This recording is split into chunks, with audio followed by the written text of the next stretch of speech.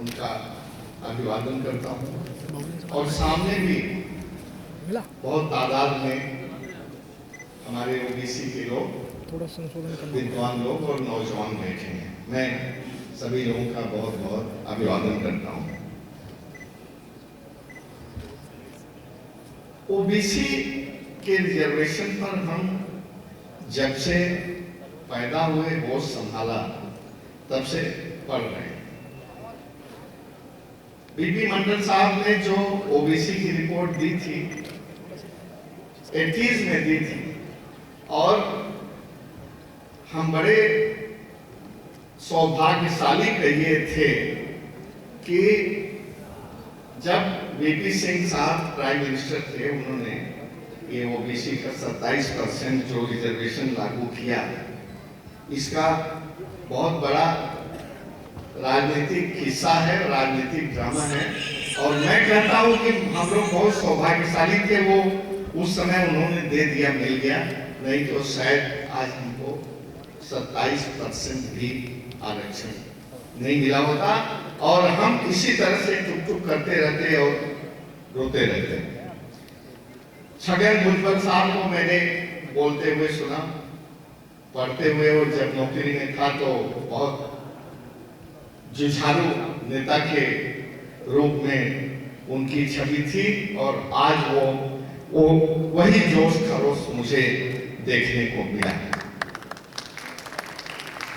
मैं बोलना तो बहुत चाहता था, लेकिन 2 मिनट नहीं बोलूंगा क्योंकि मेरा कहीं कमिटमेंट है, इस समय मुझे चले जाना चाहिए था, इसलिए मुझे माफ करिएगा। अपनी बात को बहुत संक्षेप में रख करके मैं जाना चाहूंगा। अभी मैं बैठा तो मेरे पूर्व वक्ता मंडल साहब थे, मैंने नाम पता किया तो वे कह रहे थे कि हमारा 27% आरक्षण है, हमको इतने प्रतिशत हैं, ये मिलना चाहिए, हमको ये मिलना चाहिए। और अभी आपका दिल्ली डिक्लेरेशन में भी मैं देख रहा हूँ कि कहाँ कहाँ आपने रिजर्वेशन के लिए कहाँ कहाँ क्या होना चाहिए, वो आपने इसमें लिखा है। लेकिन मैं कहता तो हूँ बहुत निराशा के साथ इस बात को कह रहा हूँ, लेकिन निराश होने की भी जरूरत नहीं है। जो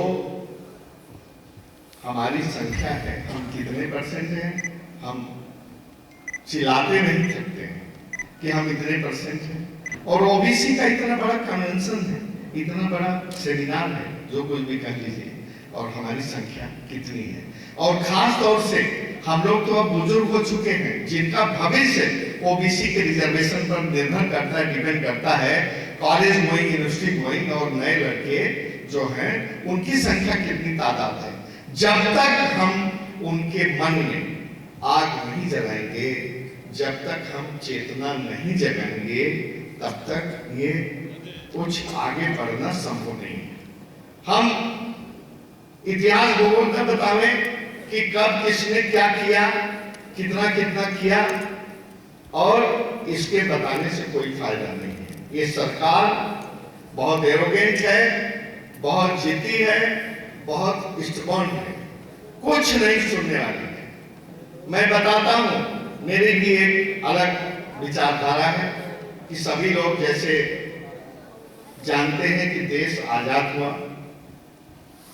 महात्मा जी के, बापू जी के सत्य और अहिंसा आंदोलन से।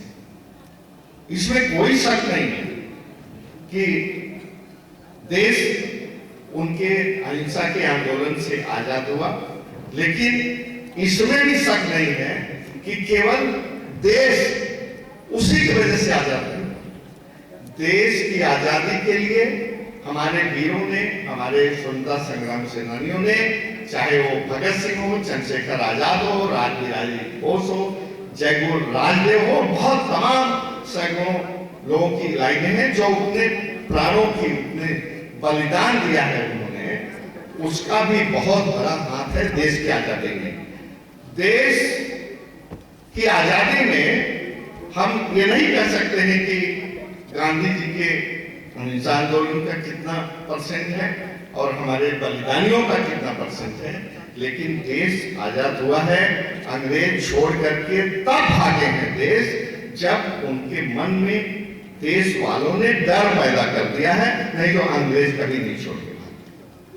मैं केवल ये कहना चाहता हूं कि अगर हमको ओबीसी का आरक्षण लेना है, बढ़ाना है, हम इतनी संख्या में हैं, केवल अपने नौजवानों के मनों में, दिलो दिमाग में इस बात को फूंकना है और हमको समय समय पर, कम समय के अंतराल में, कम समय के नोटिस में धरना, जुलूस, प्रदर्शन करके, हल्ला बोल करके हम ले सकते हैं। आप बोल रहे थे मराठा लोगों ने अभी आरक्षण किया, उनका हो गया, ये बात दूसरी है कि वो कोर्ट कचहरी में है।